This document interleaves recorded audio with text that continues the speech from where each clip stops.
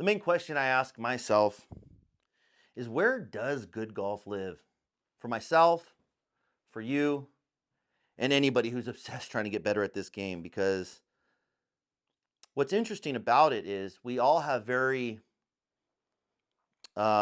innocent way of going about it. Everyone's trying to help everyone get better. Our thoughts are pure when it comes to trying to get better. However, just because we have a good idea of where we think good golf and where it lives doesn't mean that we're correct. In some regard, I always tell people it's good to be thinking of where good golf lives, but you got to make sure you're protecting your game at the way. There are booby traps all over this place that pose themselves as where good golf lives, but when it plays out, it actually doesn't. So here's the question of the day. Do you guys think that this is where good golf lives? Let me demonstrate.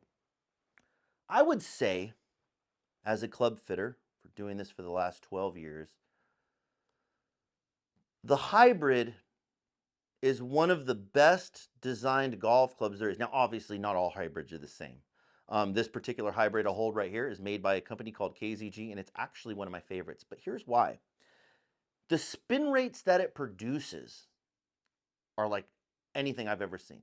Super high spin, super high launch. Now, most people that come into forward golf, they struggle with the same thing. They don't swing as fast as a PGA touring professional. Therefore, they don't hit their 5-iron high enough to have a functional golf shot to where they can convert birdies or pars or bogey saves, because they just don't have the speed and there's not enough technology in the golf club to get that ball to do anything special. But here's the problem.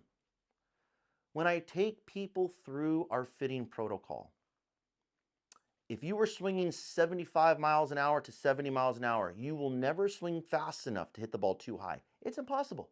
You can't hit it too high, only swinging 75 miles an hour. So the highest ball flight would surely be the best thing for you. Now, when we have you test a 7-iron, and then we have you hit a 7 hybrid, there is a, 85% chance that that individual on a Tiger Strike is going to hit the ball at least 2 to 3 to 4 times higher, with a higher launch, more ball speed, more spin, coming down the chimney, soft as a hummingbird. Okay, that's where good golf lives. That front pin cannot hide from a ball that's coming down on it.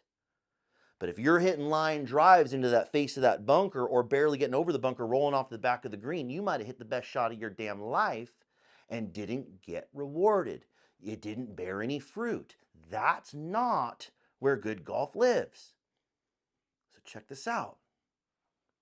I write prescriptions all the time for guys to get 6 hybrids, 7 hybrids, 5 hybrids. Whenever your iron is not landing soft enough, I want to put a hybrid in your hand so that we can keep the party going, dude. The party doesn't stop at 2 a.m.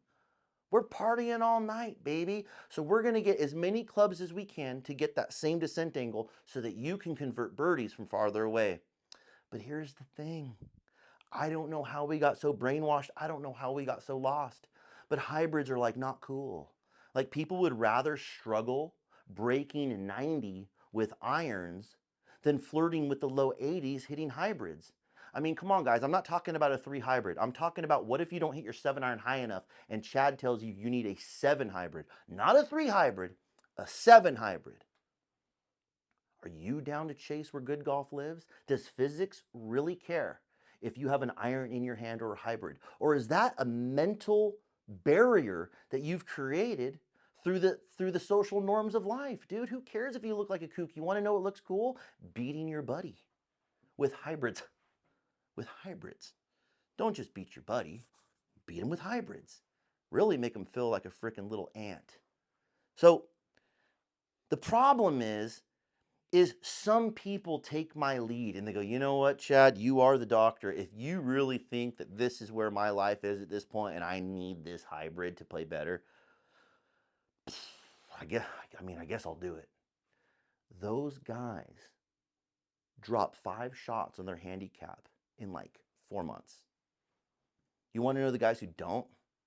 Or the guys who, yeah, I tried a hybrid before, but it's not for me. It's like, bro, you didn't have the right lie angle. you didn't have the right shaft, you didn't have the right grip, you didn't have all those other things. So I mean, how can you really compare that hybrid when it wasn't a prescribed hybrid? So you guys got to ask yourself, where does your ego really stand?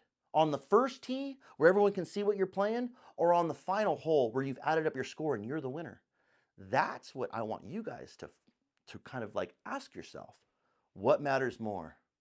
How I look or how I play and how I score? So one of the frustrating things that I've noticed is I have a lot more people botching the prescription than taking it when it comes to this hybrid thing. And you know what? It's our job to take you to the water if you're thirsty. If you're struggling at golf and you want some answers, I can show you some answers on how to lower your score. But what I've also realized is I can't force you guys to do what's best for your game.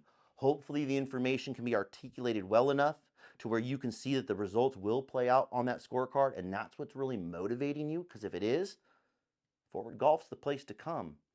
But this is where we really see the fork in the road. Who's a golfer and who kind of wants to be a golfer?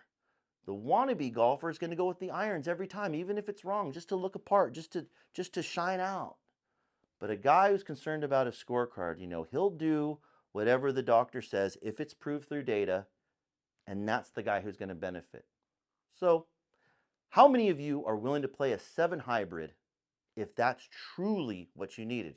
Comment in the section below. I'm very excited to hear this one. Do you guys think good golf lives with hybrids? See you guys later.